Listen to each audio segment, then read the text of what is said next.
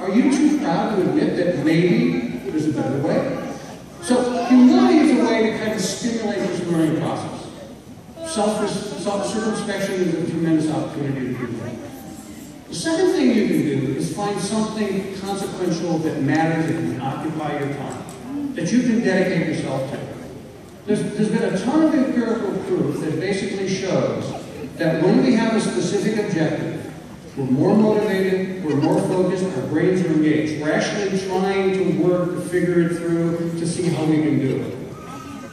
Now, that's a pretty powerful theory. And heaven knows there's a lot of problems and a lot of causes you can dedicate yourself to. Now, if you want to take the big approach and swing for the fences and, I don't know, cure cancer or end war or figure out how to get out of this global warming business, good, and we support that. But there are also a lot of other things that you can do if you only care to learn enough to figure them out. Friends of yours or relatives that have interpersonal issues, if you help them, you've helped somebody. That team that you work with that is dysfunctional, if you can help them, you not only make the team more satisfied and more coherent and cohesive, but you actually are able to help the environment. That process in the workplace that just strikes you as downright stupid, right? Why aren't you fixing that, right? Now, and here's the reason. You may think you have a solution, but if you did, you'd already have fixed it. Humble yourself for just 1 second and admit that. You may have an opinion on what to do, but if it would work, you could already have fixed it, and you haven't. Which means it's an opportunity to learn. It's an opportunity to learn what you might have to do differently in the process. It's an opportunity to learn what you might have to do different in terms of working with key people. It's an opportunity to learn and to make a difference. Even if you help just 1 or 2 other people, even if you can contribute in some way, you've made an important difference. And you'll show that you can continue to learn and continue to apply. Now, to kind of wrap all this up, I certainly don't want to stand between you. I've learned in my speaking career that you don't want to stand between an open bar and graduation. So I'm going to try to wrap this all up here. All right. You didn't tell me it was an open bar, right? So let me try to just tie all this together for you. What you've accomplished today is not a degree. It's the proof that you have the ability and the motivation to learn. Now, if you're going to fulfill the promise of that degree, you've got to show that you can continue to do that. And how are you going to do that? I think you're going to do it by being humble to recognize that you can still learn, by having a cause where you can still apply that learning and you can learn more to actually make things better than they are today. And if you do that, no one will ever come up to you and say, so what again? So graduates, I want to congratulate you. I want to wish you a fun day and something that you can revel in and enjoy for the rest of your life. And then I want you to go out and show us what you can do. Thank you very much.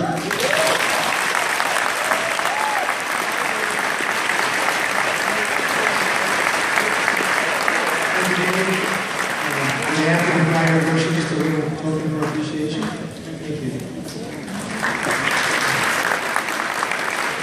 Graduates, I know that you cannot help but be inspired by what Dr. Lubison shared today. I guess Dave, my only regret is that my wife wasn't here to hear your speech. All the mistakes I've made for 25 years of marriage, I didn't realize that maybe a better learner and a better person. And I just wanted to hear that. Okay. We are now ready to move on to the most important part of our program. That is the individual recognition of our graduates.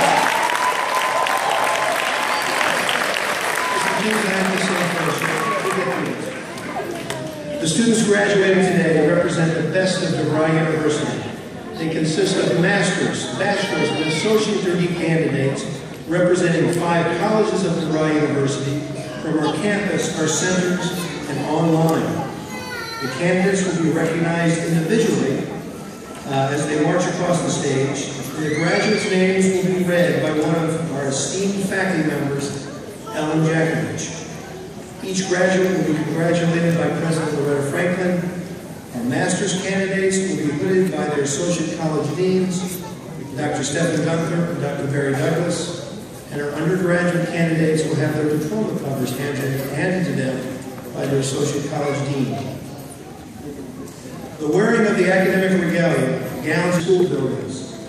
Gowns worn by students of the universities also serve to set the students apart from the other people in the town. As late as the turn of the 20th century, students at many American colleges were required to wear caps and gowns daily while in residence. This custom persists in some European institutions. Academic dress is now reserved for special occasions like this graduation ceremony, and is a reminder of our educational heritage and tradition.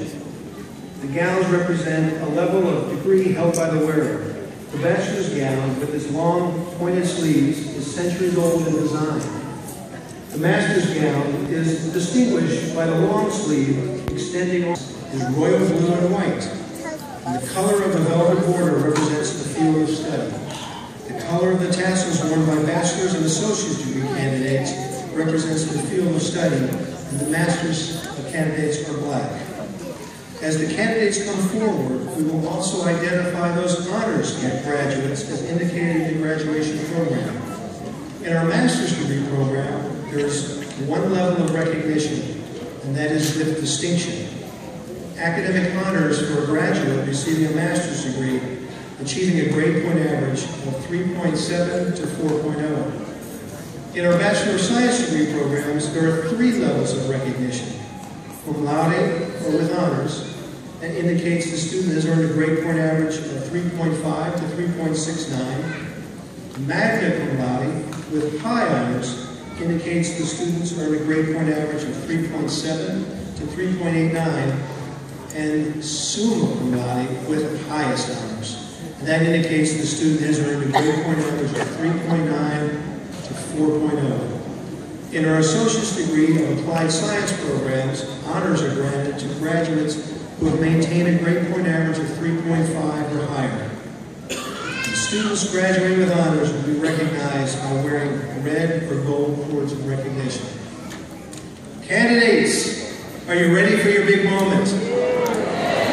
Okay. We will start with our master's candidates first, followed by our undergraduate, bachelor's, and associate degree candidates. We will begin with our College of Business and Management graduates. Will the Master of Accounting candidate please rise and come forward?